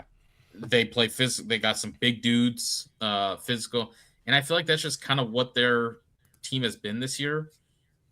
Their offense is better than I thought it'd be. It's definitely it's better than it's been the past couple of years, and I think they've made good use of their personnel. But it's not like Davis Provost and Griffin Scanmar. Like they have some really good. They have a couple really good players, and I think they let those guys take the shots. Like you talk about maybe like balanced offense. This is not the most balanced offense. three guys on that offense take half the shots. In Skane, Provost, and Mar, but those are by far their three best players. In terms of the assists, they kind of shared out a little more. Nate Lucchesi has 14% assist share, so they shared around a bit more. But like I think they know their personnel and they kind of play into that. But like they win a bunch of faceoffs.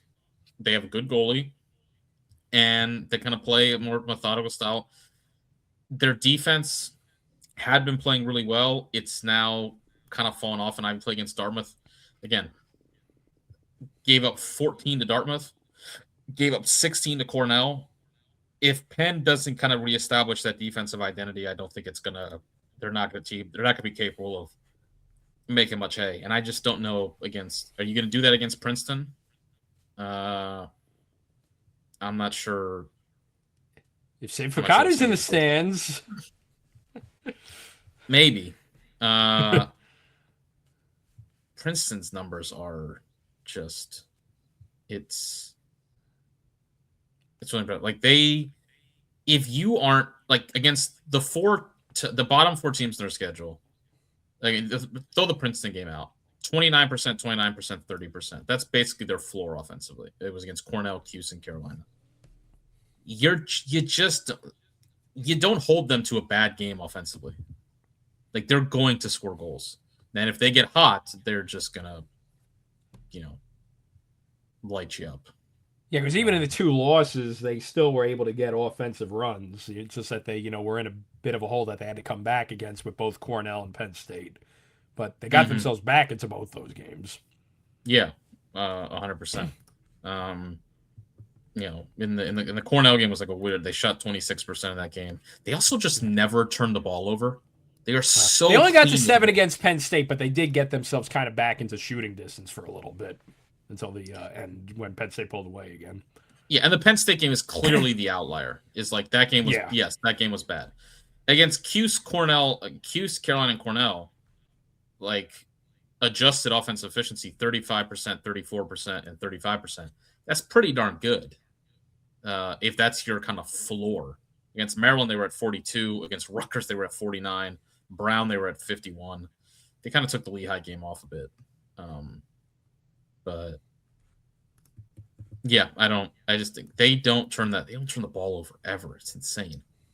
The Penn State game is really just a total outlier in their season. And I think as the season has gone on, we've just chalked it up that Penn State had 3-week head start over them. And yeah, I mean, there's no other really rhyme or reason. Like, it's clearly the bad game on that schedule that they've kind of went off on. But I guess I will say 2022, how did they finish? They finished that year kind of – remember, they missed the Ivy tournament. I know they lost to Cornell, but how else did they finish that year? So let me grab their schedule from then. I might be able to find it too. Okay, so 2022, they lost to Harvard. So yeah, they lost to Harvard, lost to Cornell. Yeah, so 2-game losing streak doomed them. The defense really kind of fell off in those games too. They gave up 19 and 18. 19 and 18, but the offenses was still there, 16 and 15. Just that the defenses fell apart there. Yeah, last year. I mean, they were on an 8-game win streak into the Ivy League championship. Yeah, the Princeton game, or the Cornell game rather. They lost by 5. I guess I'll just say, even I'll go back to kind of 20. I remember 2024. They lost to Brown in early April. Yeah, they lost to Brown 12-13, and then they went on a 4-game winning streak to punch their ticket to the NCAA tournament. So this is like I just think this is a kind of hinge, like again, a kind of look for all these teams is important, obviously very important part of the year. We talk about people kind of forgetting about Princeton. This is where you have that weird week. You played Lehigh, you played Vermont. Just get through it, no injuries, whatever. I do think they kind of need to keep the pedal to the gas here. You don't want to take a weird loss in here. You don't want to kind of fall away from the identity that you kind of established early in the year with a more physical defense. A stronger on-ball defense, Croddick making big saves, and the offense going with it. You want to maintain that kind of level that you had, push through the finish line heading into the NCAA tournament. Because again, this is a weird, this kind of part of the calendar for them can get a little. There's not a big rivalry in there for them. They played their rivalry games. They're going to make the NCAA tournament. You want to avoid slipping up here somewhere, I think. All right, and then the last double dip. ACC's got a pair of top 10 matchups. We'll start with the rivalry game that in the past 2 weeks has gotten a lot more interesting because of the Lars Tiffany Redemption Tour. And now it goes to the Dome on John Desco Day. John Desco Day. Is this his first time John back Desco being honored into the Ring of Honor this Saturday. Part of a triple header of the Dome. You got the women at noon, you got the men at 4, and you got the football spring game after this. So long day at the Dome. John Desco Day. And where else than one of the ACC's nuttiest rivalries? Tell me how you're feeling. What's the vibe? What are you thinking? I think on paper, Q should be able to handle UVA, but I think just that the way UVA's, surged the past couple weeks is going to be concerning. Again, we talked about it on Saturday. The loss against UNC wasn't too discouraging, only because UNC has been playing out of this world, and they played lights out last Saturday. That there wasn't much Cuse could do, even if they did cut down on the mistakes a little bit. But you don't want to go on another losing streak in April like they did last year. I think that made a little bit more pressure on themselves last year, where they had to win out the ACC tournament.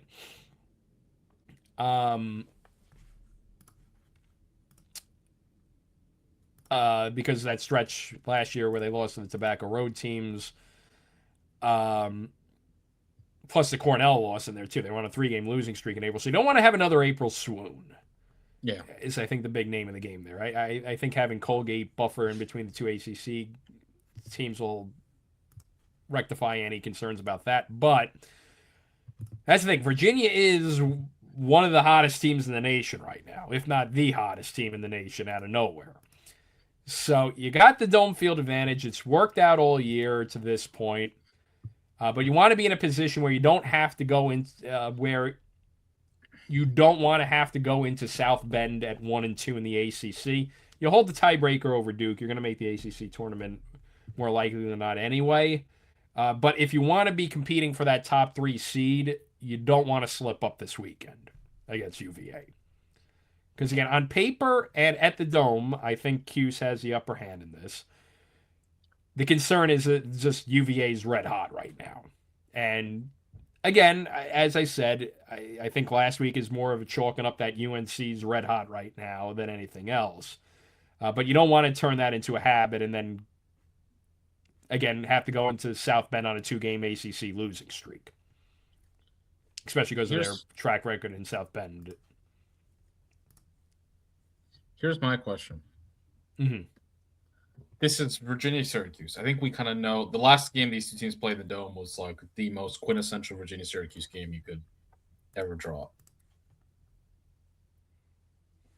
We've seen Virginia in interesting last weeks. I mean, they've been able to win the last 2 games in a bit more of a slow down, more conventional style, oddly enough. We kind of talk about that. Virginia was able to sort of beat Duke by playing like Duke, whereas Duke was playing like more Virginia. Cuse, we saw them win against Duke at home in a classic kind of Dome game, 16-15. We've also seen Cuse win some games, though, a more gritty, kind of slow it down sort of style against Maryland, against Penn. I assume that this game is just going to look, games just take on identities, and that's what we love about lacrosse, and I assume that's how this game is going to go.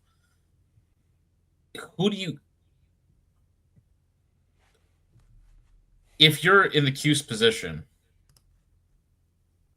how do you want to dictate this game? Like, if you're Cuse, like, do you want this to be a crazy back and forth, a kind of Dome game, or do you maybe want it to be a bit more half court, slow it down, take opportunities?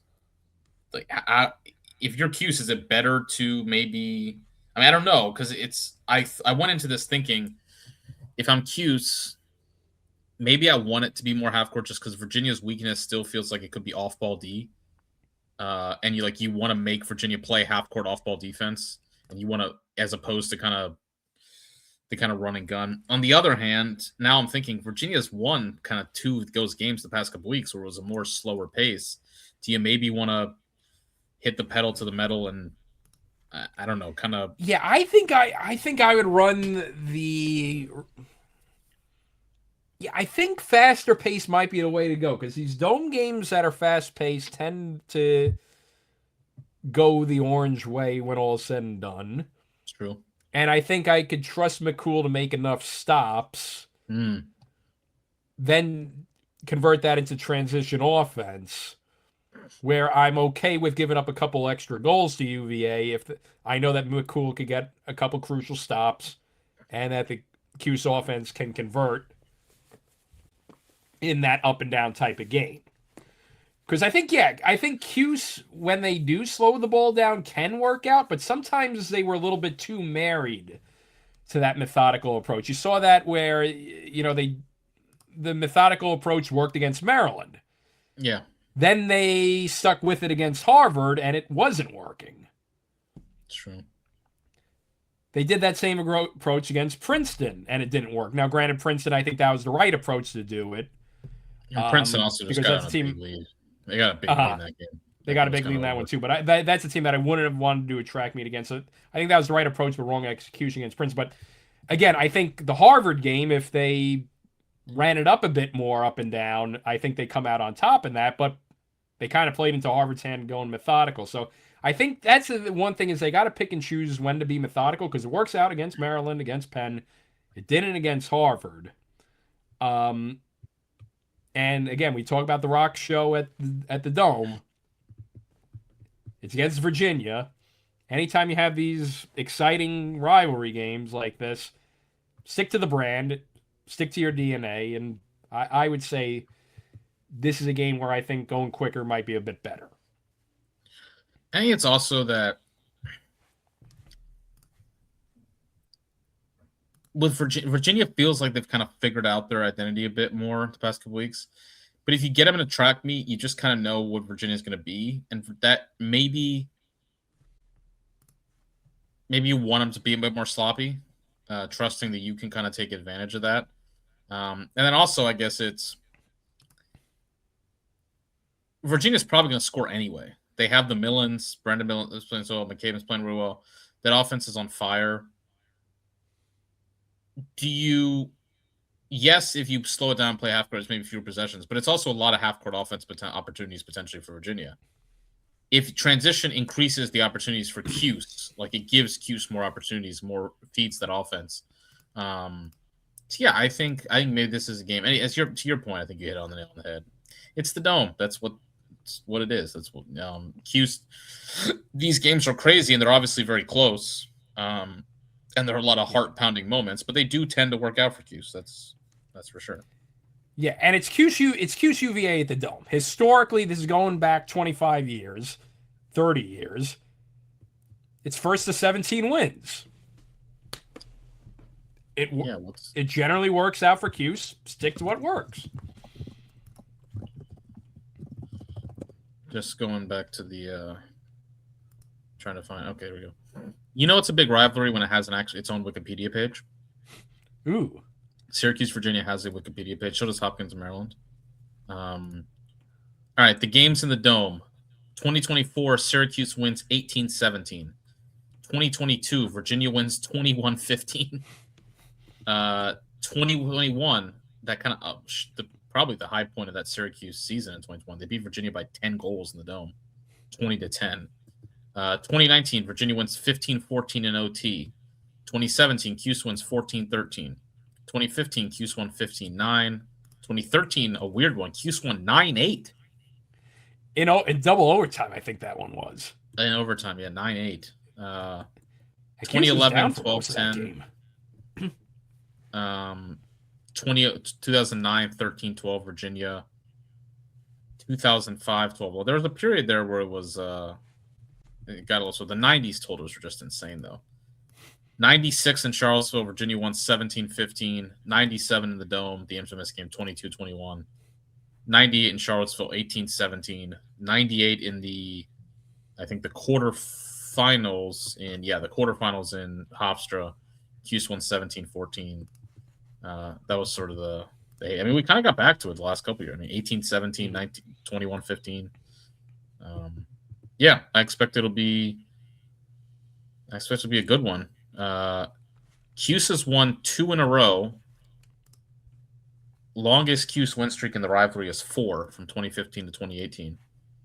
That is the longest win streak the longest win streak in the series. Virginia won 5 from 05 to 08.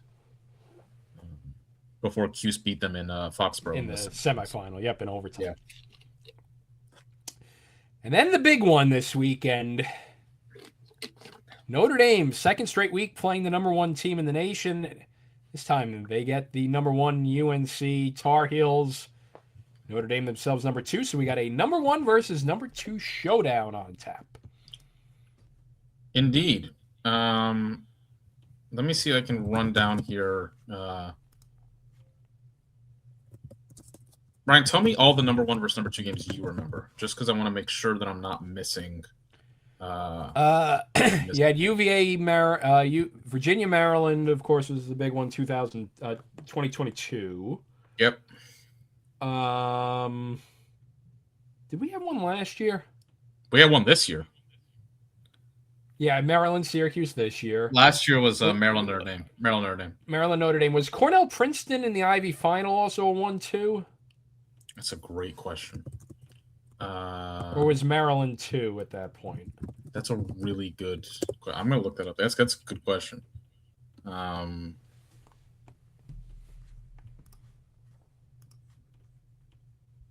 Cornell was definitely number 1. Yeah, I think Princeton was 3, but it's worth looking up.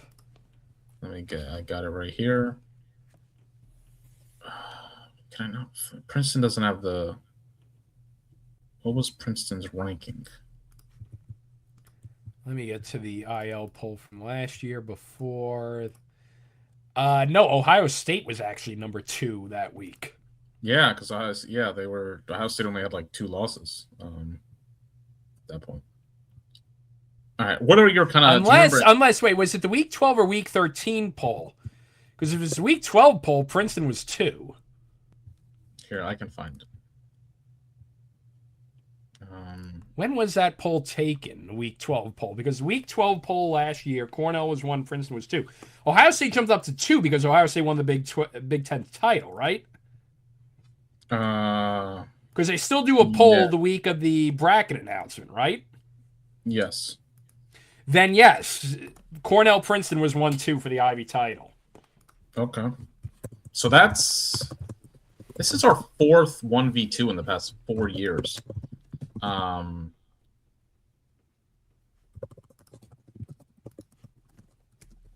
I've got, again, tell me if there's any, especially when we get like further back in the older years. This year, Maryland number 1, Maryland number 2, Cuse won by 2. 25, Cornell, number 1 Cornell, number 2 Princeton, Cornell won by 5. Number 1 Notre Dame versus number 2 Maryland, Maryland won by 1. 2023, number 1 Duke versus number 2 Notre Dame won by 5. 2022, number 1 Maryland versus number 2 UVA, Maryland won by 1 million. I believe there was a Duke UNC 1 versus 2 game in 2021. I think the first game they played, which I believe UNC won.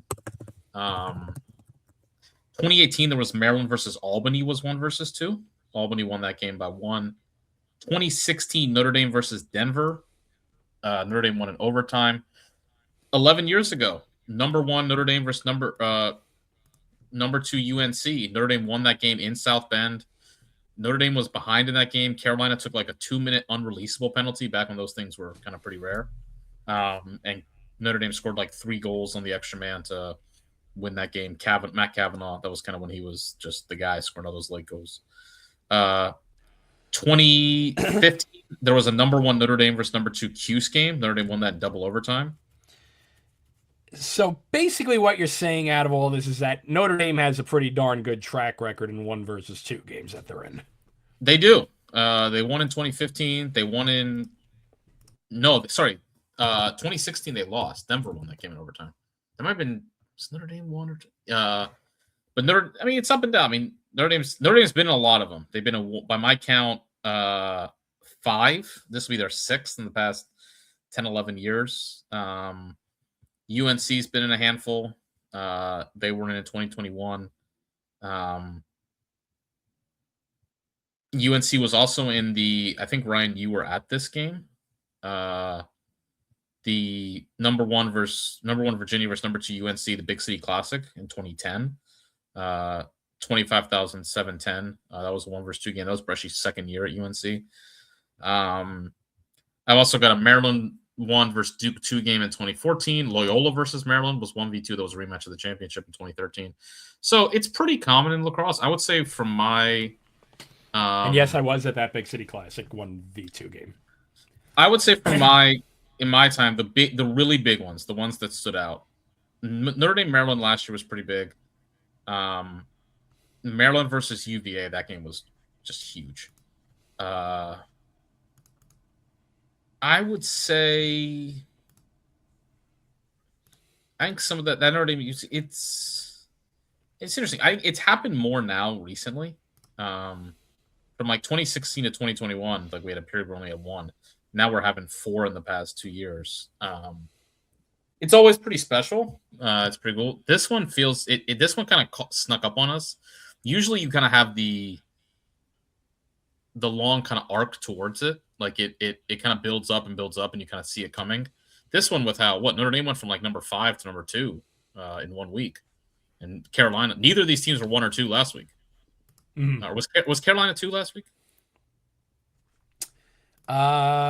Carolina was 2 last week. Yes, last week was 2 versus 3. You had to play in. Yeah, it was 1 versus 4 and 2 versus 3 last week. Yeah. I think what's going to be it's still big. It's 1 versus 2. It's going to be in South End. They're going to have a great crowd there. They always do. Great environment.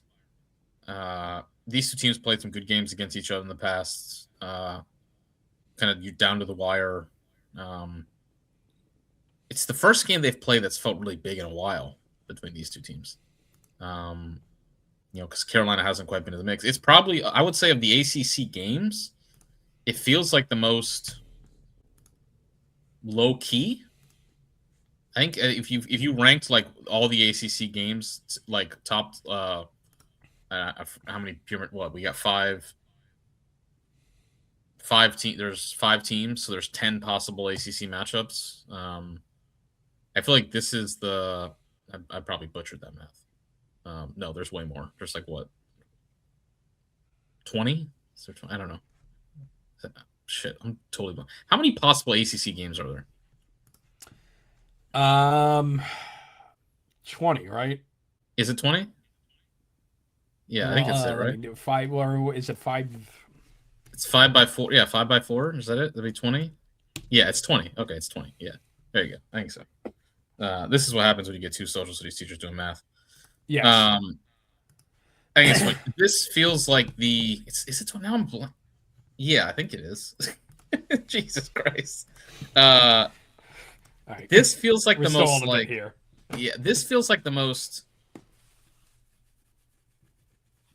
There's not a real identity to this game, I don't think. Like Virginia Cuse, you know what you have.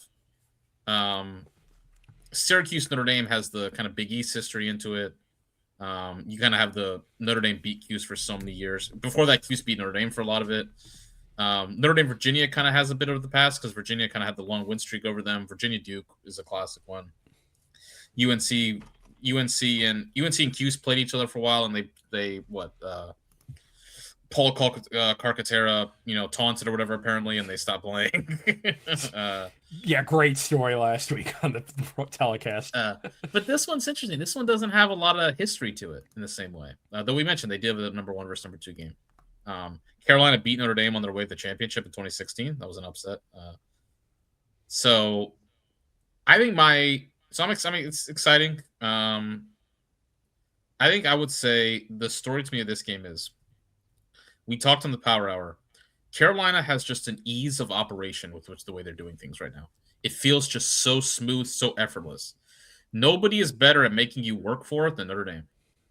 Notre Dame finds a way of just kind of they chew up and spit out these kind of teams that, like, when the teams are rolling, Notre Dame just finds a way to slow you down, make it more deliberate, methodical, and just get you out of your comfort zone. They do it through the ride, obviously. They do it through being able to control possessions, by being methodical on offense. So tough to score against. Can Notre Dame do that to UNC? Is this UNC just a juggernaut that is just going to keep rolling? Or can Notre Dame just find a way again to take a team like this and speed them up? They're going to speed you up. That's the thing. Like, they would say, you're going to go fast. We're going to speed you up because we're going to ride you. And obviously Carolina's going to ride themselves. But like, we're going to ride you intently. We're going to force you into turnovers. And then once you turn the ball over against Notre Dame, it's lights out. So I think that's what's going to be fascinating. Is this Carolina thing just a juggernaut that's just a locomotive, full speed ahead, that just can, like, right now they're just rolling? Or can Notre Dame find a way to show us some chinks in the armor? Mm-hmm. Yeah, that's going to be the sorry, my voice is going a little bit. But yeah, I think with this one, I mean, Notre Dame's already shown their mettle with the win against Richmond last week. If they can also beat UNC, I know they have the loss against Virginia, but yeah, I guess everyone's having a hard time with Virginia now. But yeah, if they're able to get away with a victory with North Carolina here, you're starting to think about Notre Dame as a potential 1 seed again. They're back into it. Yeah. Do you think Notre Dame has the offense to win this game? I don't know, but they haven't really needed it. I mean, they have some gaudy numbers from the beginning of the season, albeit against lesser defenses. But this is pretty wild. Notre Dame hasn't been above 30. Go ahead. Yeah, but they did show signs of that in that first quarter against Richmond and Chicago last week. Yes. They just completely blitzed Richmond at that start with that 8-0 run. A 7-0 run. So they've shown signs of it. They got to put it. This has been the $1 million question for the past 2 years with Notre Dame. Can they do it for a full 60? Yeah. But if they can spread out what they did in that first quarter last week in Evanston for a full 4 quarters, they could. Notre Dame hasn't been above 30% in offensive efficiency since the Georgetown game.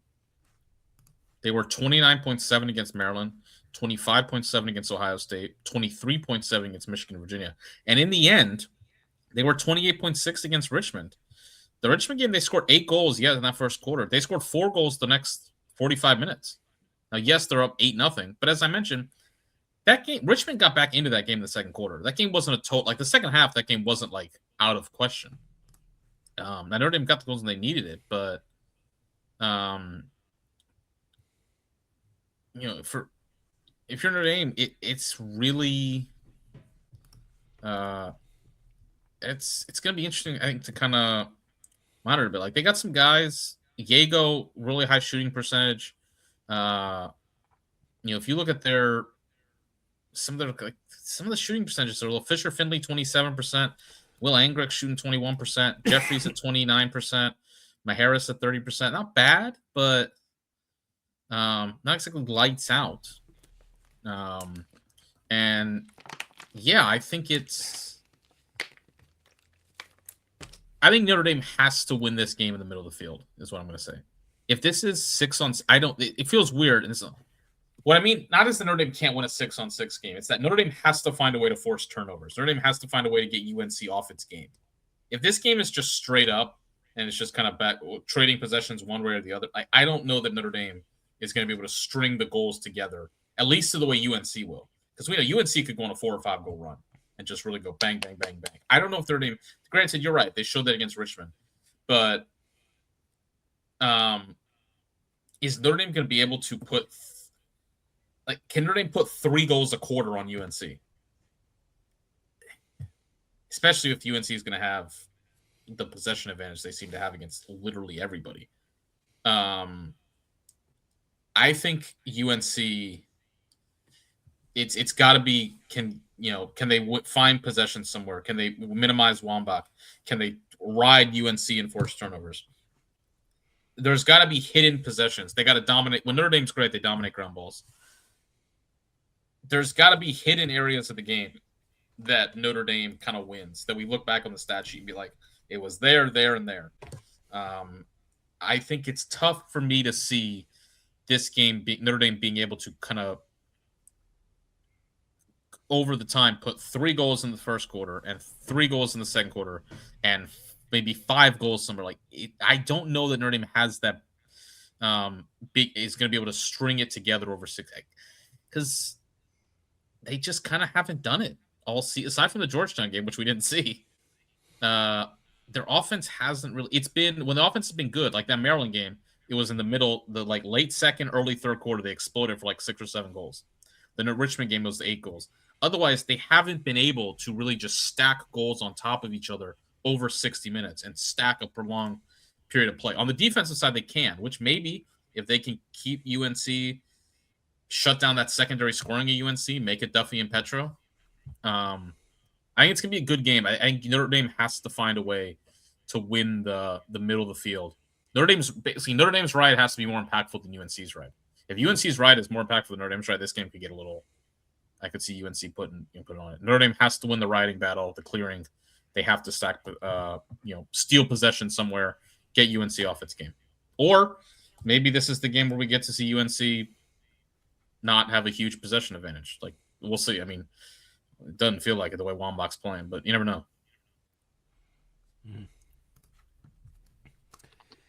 Yeah, it should be a fun one. I think the other X factor is it's in South Bend. It's at Arlotta. Yeah. That's going to be a raucous atmosphere.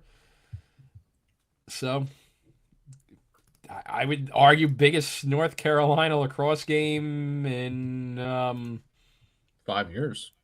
Yeah. Since, I guess the tournament last year. Since the 2021 year. But probably since the Final Four, yeah. It should be fun. Sorry, we're going to have to forego 5 good minutes because yeah, sure. Voice is running out and we're running a little late. I don't think you got 5 good minutes in that voice. Yeah. But pleasure to hop on. Big week of lacrosse. Thank you, brother. Yeah. What shall we do? What shall our listeners do? If you are watching this on YouTube, when this goes up, you should smash the like button. Either way, you should follow the Crosse Commission on YouTube. We will be live Saturday night for the Power Hour. Safe will be with us. So the gang will be all there. We got a Power Hour this week, Saturday night, a Saturday afternoon, probably Power Hour on the 18th, which I will be back from. After I'm back from Maryland Hopkins. Just bought my ticket. They are expecting a huge crowd at Maryland Hopkins. They're adding field seats at home, which I'm not sure they've done. I can't recall. Where the food truck's gonna park? I don't know. That's a good question. They were like $40. They were charging like $40, like on field, kind of like seating. So, yeah, interesting. It's gonna be a huge crowd. Should be a great game. 25th, my birthday, maybe. I don't know if I'll be on. We'll see. And then we got, we're into selection. We could have, we could have a whole weekend of Power Hours for you coming to conference championship. Because we usually do the Friday night watch along. Could do Saturday. Obviously, Selection Sunday live show is coming, folks. We had a great viewership on that last year on YouTube. Can't wait to do it again. And then the tournament. And viewership's been great the past couple of Power Hours too. Absolutely. With the podcast itself, subscribe wherever you get your favorite podcasts.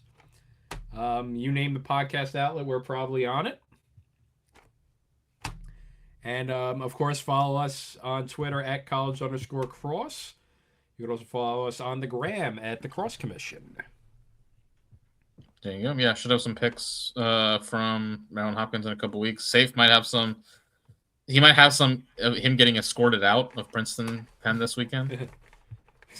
Maybe I'll spend the $30 for a Duke Cornell. I'll see. Oh man. Probably not. Oh brother. I mean, I spent the what was it, $25 for Cornell Notre Dame 2 years ago, but I mean that was a blockbuster with the Kavanaughs versus Kirsten company. But we'll see. All right, well, thank you guys for listening, and just like I need right now, stay hydrated. Thank you, Mr. President. Take care, folks. See you out there.